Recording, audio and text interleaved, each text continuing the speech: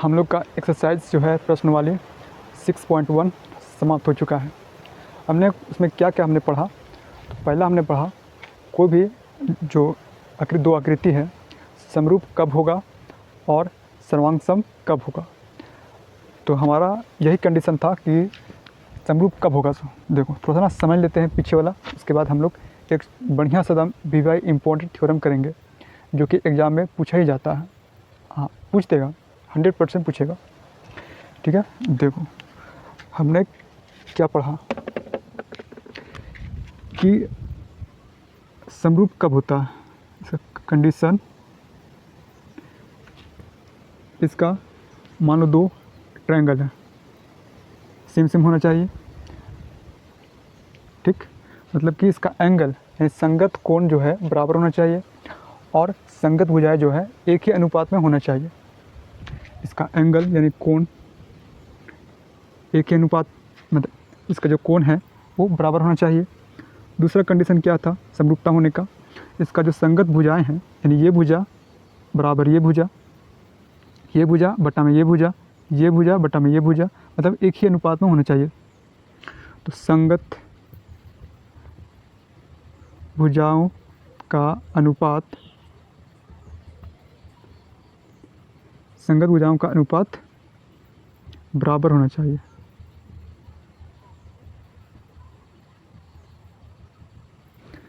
उसके बाद हमने पढ़ा सर्वांग सम। देखो इसका साइन कुछ इस तरीक़ा से,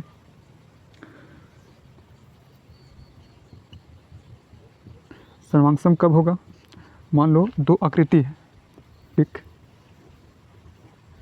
मतलब कि सेम सेम होना चाहिए।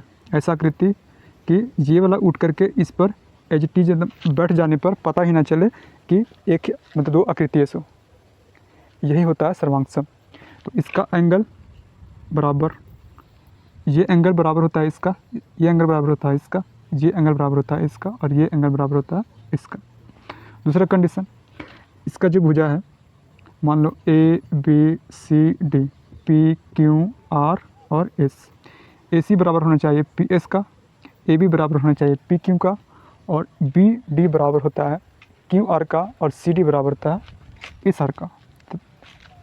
तभी हम कह सकते हैं कि दो जो आकृतियां हैं वो सर्वांग सम है।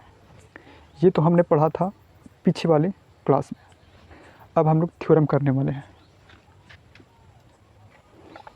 देखो एक हमारा 6.1 थ्योरम है कि यदि किसी त्रिभुज के एक भुजा समांतर अन्य दो भुजाओं को भिन्न भिन्न बिंदुओं पर प्रतिच्छेद करने के लिए एक रेखा खींची जाए तो ये अन्य दो भुजाएं एक ही अनुपात में विभाजित हो। एक त्रिभुज है, कहीं पे दो बिंदु है, टच करना है, ऐसा टच करना है कि तीसरा भुजा जो है अगर यहाँ पे टच करेंगे यहाँ और यहाँ तो इसका समानांतर बनना चाहिए, अगर यहाँ और यहाँ टच करेंगे तो इसका समानांतर बनना चाहिए।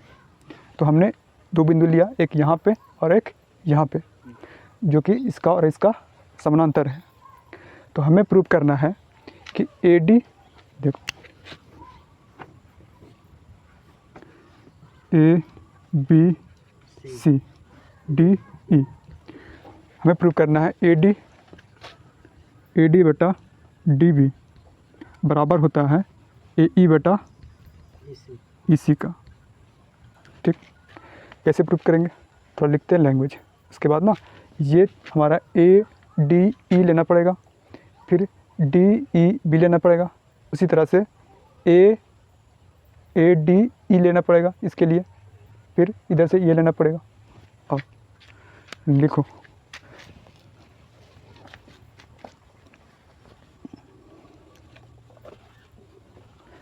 हमें एक त्रिभुज, कहाँ लिखें, यहाँ लिख दे क्या, हमें एक त्रिभुज ए बी सी, हमें एक त्रिभुज ए बी सी ABC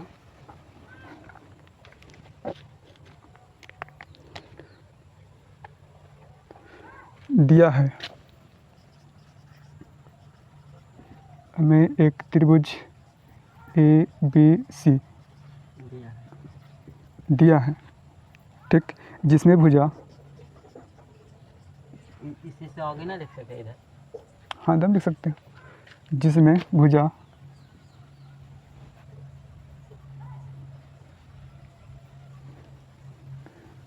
BC के समानांतर, BC के समानांतर खींची गई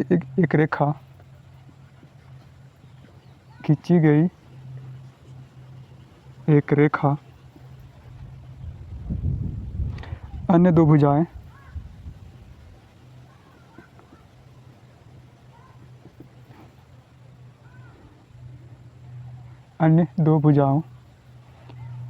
AB और AC पर खींचा गया। देखो एक बिंदु यहाँ पे AB के मध्य और AC के मध्य, AB और AC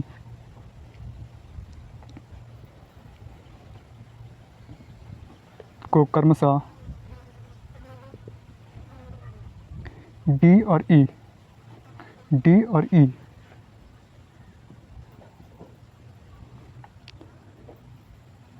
पर काटती है। मतलब हमने जितना इसमें काम किया है ना, सेम टू सेम वही चीज़ हमने यहाँ पे लिखा। हमें सिद्ध करना है,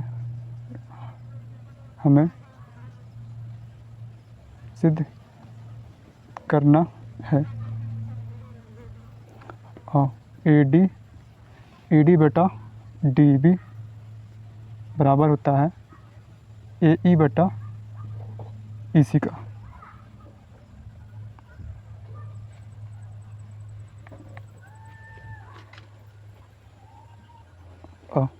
उसके बाद हमने क्या किया कि यहाँ पे ना लंब खींचा, किसके अराउंड, तो AE और AD के।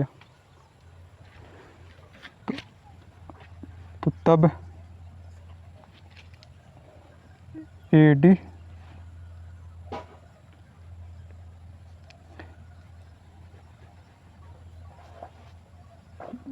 तब DM परपेंडिकुलर होगा, हाँ DM परपेंडिकुलर AE का, और एक हमने लिया EN, हाँ परपेंडिकुलर AD का।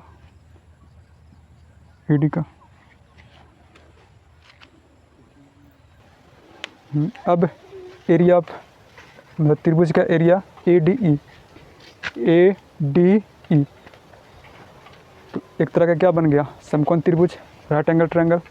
फार्मूला होता है 1/2 आधार गुना ऊंचाई। आधार इसका AD हो गया और ऊंचाई EN हो गया। वही चीज़ लिखा हमने, 1/2 आधार गुना ऊंचाई, AD इंटू EN इंटू 1/2। ये रफ में लिखो, समझ, हाँ रफ में समझने के लिए बगल में, इसके साथ नहीं। हाँ आओ, तो अपन उठाया इसको ADE से, तो हमारा 1/2 AD इंटू EN हो गया। अब उठाएंगे इसको, उठा तो DEN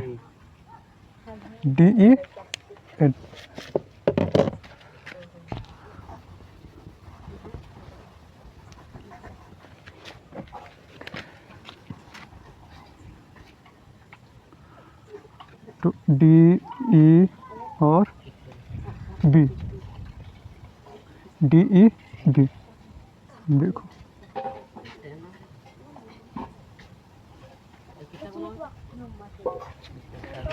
ठीक। देखो इसका ना जो परपेंडिकुलर है, लंब है, वो हमारा यहाँ पे देखो है, यहाँ पे 90 डिग्री। अब इसको उलट दो थोड़ा सा, तो कुछ टाइप से बनेगा।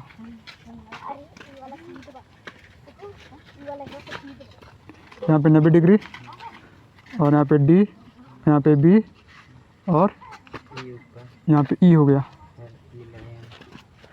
तो ई डी बी समकोण त्रिभुज है। बोलो इसका त्रिभुज, इसका क्षेत्रफल निकालने का 1/2 आधार गुना ऊंचाई। आधार इसका डी बी इंटू ऊंचाई, और देखो यहाँ पे एन छूट गया, ई एन या फिर एन ई कह लो, ई एन। कोई दिक्कत?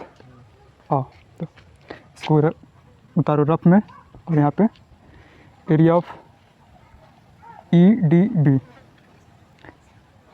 ई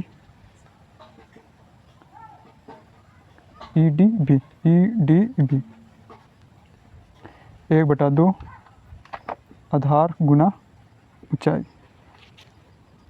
1/2। देखो आधार हमारा बी डी या फिर डी बी इंटू ऊंचाई तुम्हारा ई एन हो गया, और अभी आधा काम हुआ है।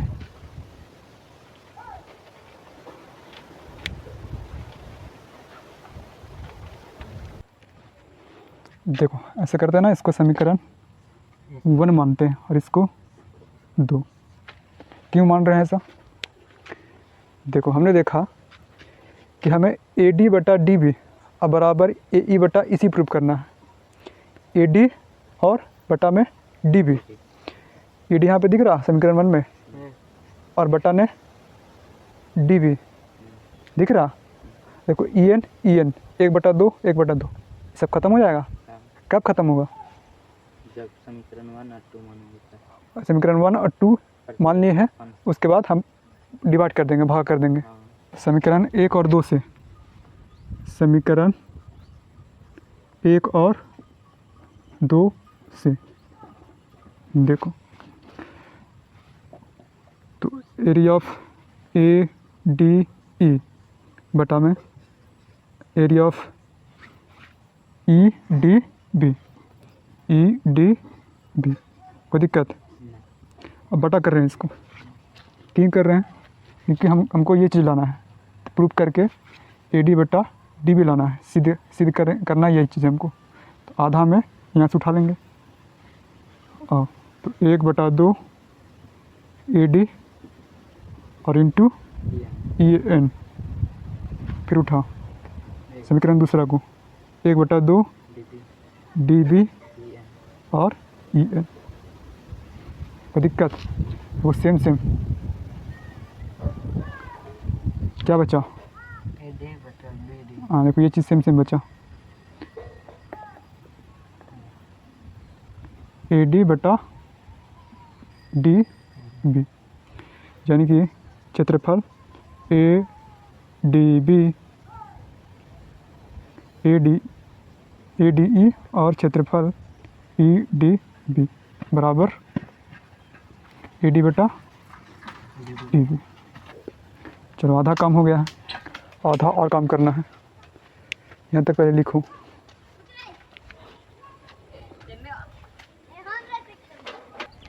जैसे हम लोग लिए एक त्रिभुज ए डी ई, ठीक है, जिसका लंब जो है ई एन लिए हम लोग, और फिर लिए हम लोग ई डी बी, इधर साइड ले लिए। अब ऐसे करते हैं ना, इधर साइड लिए तो ये चीज़ लाए हमने ए डी बटा डी बी। अब क्या करते हैं, उस साइड ले लेते हैं ए डी ई, जिसका लंब हम लोग लेंगे डी और एम, फिर लेंगे डी ई सी, मतलब कि एक ये लो और एक ये लो। कोई दिक्कत? इसी प्रकार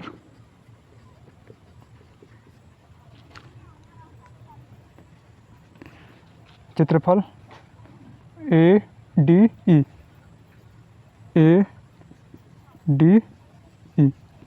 1/2 आधार गुना ऊंचाई 1/2।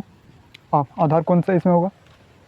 इसमें ये त्रिभुज लिया हमने, देखो डी ए ई, और इसका लंब जो है यहाँ पे 90 डिग्री बन रहा। ये तुम्हारा क्या हो गया, आधार, और ये तुम्हारा डी एम ऊंचाई। आधार कितना हो गया, ए ई, कोई दिक्कत,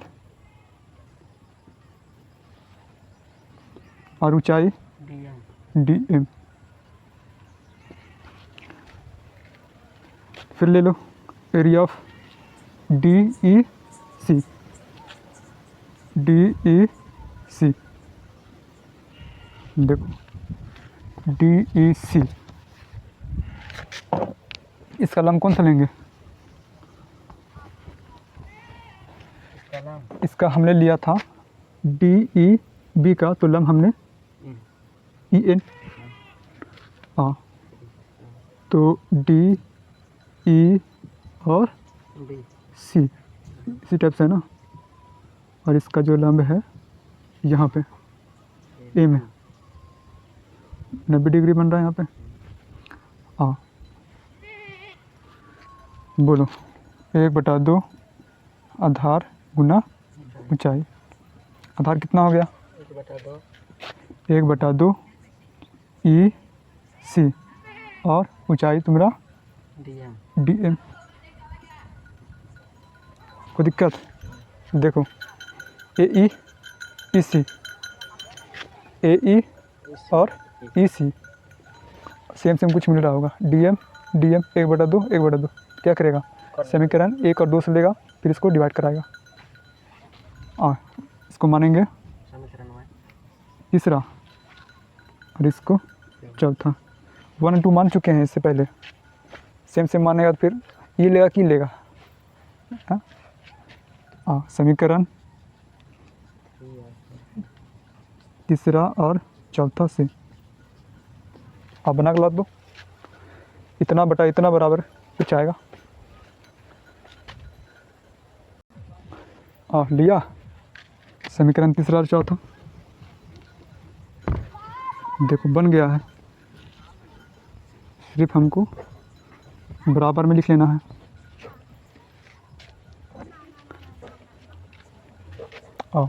समीकरण तीसरा और चौथा से हमारे पास आएगा area of A D E बटा एरिया ऑफ डी ई सी बराबर ए ई बटा ई सी।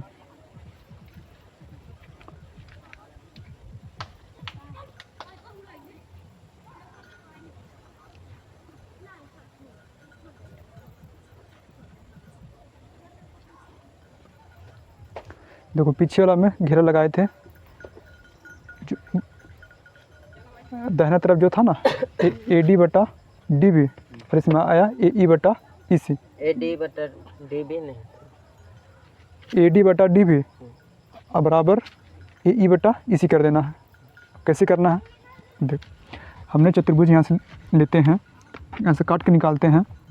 देखो डी ई बी और सी, यही है ना, और ये समानांतर है इसका। नहीं कितना समानांतर देखो यहाँ से यहाँ तक डिस्टेंस, यहाँ से यहाँ तक डिस्टेंस, अगर इस टाइप से जाएगा समानांतर नहीं है। सेम रोड की तरह दम दो रेखा। बोलो मैं समझ कैसे समानांतर है। समानांतर कैसे है, आओ ये समानांतर है, ये समानांतर है, हाँ टेढ़ा है। अच्छा टेढ़ा है, तब सीधा कैसे बनाओगे स्केल से, अब है, हाँ तो यही मान के चलो कि ये दोनों आपस में समानांतर है। टेढ़ा का हम हम मानने के लिए बोल रहे हैं। अब बोलेगा कि हम इसको बोलेंगे वृत्त है, तो बोलेगा नहीं, कैसे नहीं है, तो बोलेगा कहीं टेढ़ टाढ़ है। मान कर चलना, बोर्ड में एक्यूरेट नहीं बन पाएगा ना, क्या पूरा गोले बना। बोल देंगे समानांतर है तो समझो समानांतर हो गया। यहाँ से रेखा खींचा गया है और यहाँ से भी रेखा खींचा गया है। देखो एरिया ऑफ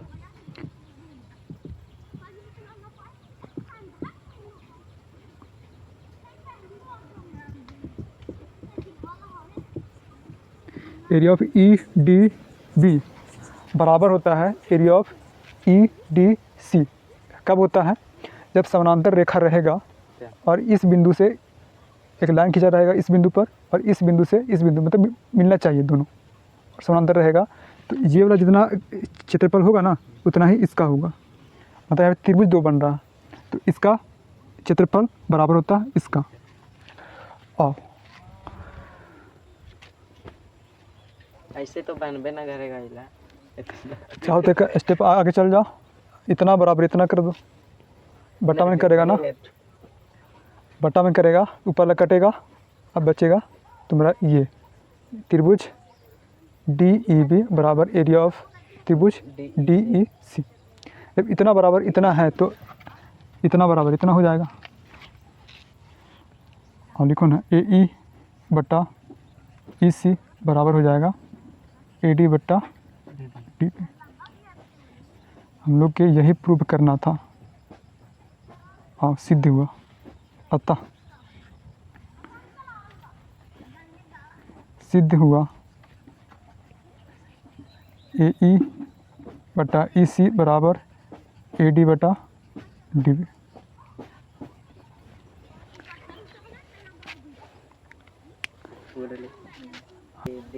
और याद कराते हैं, देखो कैसे कैसे हमने सिद्ध कराया, प्रूव किया।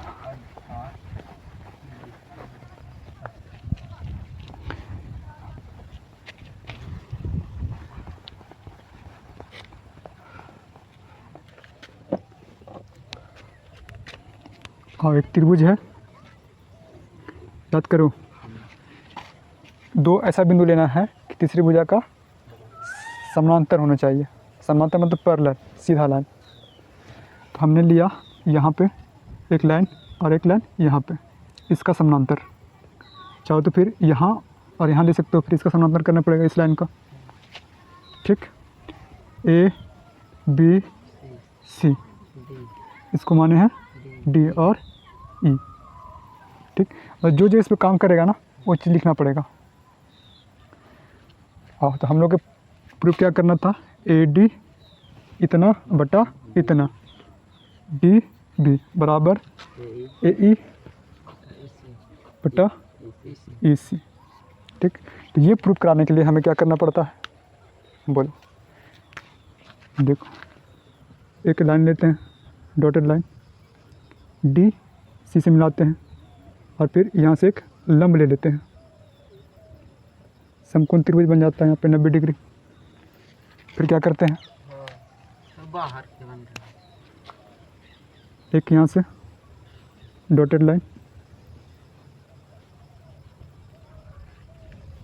कोई दिक्कत, सीधे करने के लिए ये चीज़ करना ही पड़ेगा, एक ही यही मात्र तरीका है।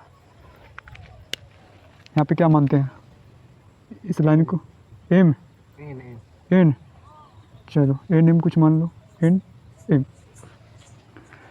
देखो, तो इसमें से हमें एक त्रिभुज लेना पड़ेगा ए डी ई, जिसमें लंब होगा ई एन। फार्मूला से 1/2 आधार गुना ऊंचाई, आधार हमारा ये हो जाएगा, ऊंचाई हमारा ये हो जाएगा। ठीक, फिर लेना पड़ेगा कौन सा, ये वाला, ये पूरा डी ई बी, जिसका लंब ई एन, 1/2 आधार हमारा कैसे समकोण त्रिभुज से डी बी लंब, ये आधार हो गया, और ऊंचाई हमारा ई एन हो गया।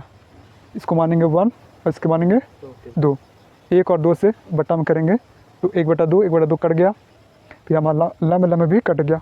क्या बचा था फिर, ए डी बटा डी बी बचा, आधा काम हो गया ख़त्म। उसके बाद फिर क्या करते हैं, इधर वाला ए डी ई, इसका लंब कौन सा, ये तो इसके लिए था ना, इसका डी एम, हाँ एम डी कुछ भी हो, ये लेंगे। फिर 1/2 आधार इसका ए ई, और इंटू में ऊंचाई एम डी, कोई दिक्कत? फिर क्या करेंगे, इसको तीसरा मानेंगे, फिर लेंगे ये वाला, ये त्रिभुज लेंगे डी सी ई, और जिसका लंब एम डी लेंगे, 1/2 आधार हमारा ई सी और ऊंचाई डी एम। फिर क्या करेंगे, समीकरण तीसरा और चौथा से डिवाइड करेंगे, भाग करेंगे, तो हमारा बचेगा ए ई बटा ई सी। कोई दिक्कत? उसके बाद क्या करेंगे, हमें लाना है ए डी बटा डी डी बराबर ए ई बटा ई सी। समीकरण 1 2 से तो हमें लाइए ये वाला, समीकरण 3 और 4 से हमने ये लाया। फिर क्या करेंगे, आपस में राइट साइड वाला को बराबर कर देंगे, क्योंकि हमें सीधे ये करना है, प्रूव ये करना है। तो ए डी बटा डी बी ए ई बटा ई सी कब होगा, जब डी एम डी ई अच्छा डी ई समानांतर होगा बी सी का, तभी जाकर हम कह सकते हैं कि ए डी बटा डी बी बराबर ए ई बटा ई सी होता। ये चीज़ रहेगा तो ये चीज़ संभव रहना ही रहेगा, और ये रहेगा तो फिर ये रहेगा, इसको नहीं कर सकते हैं। फिर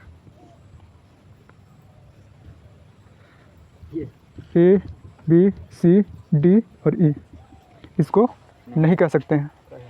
ए डी बटा डी बी बराबर ए ई बटा ई सी नहीं है। कब होगा, जब ये इसके समानांतर होगा या फिर ये इसके समानांतर होगा, आपस में दोनों समानांतर होगा, तभी जाकर कहलाएगा ए डी बटा डी बी ए ई बटा ई सी। तो हमारा ये जो इम्पोर्टेंट थ्योरम था 100% आने वाला समाप्त हो चुका है।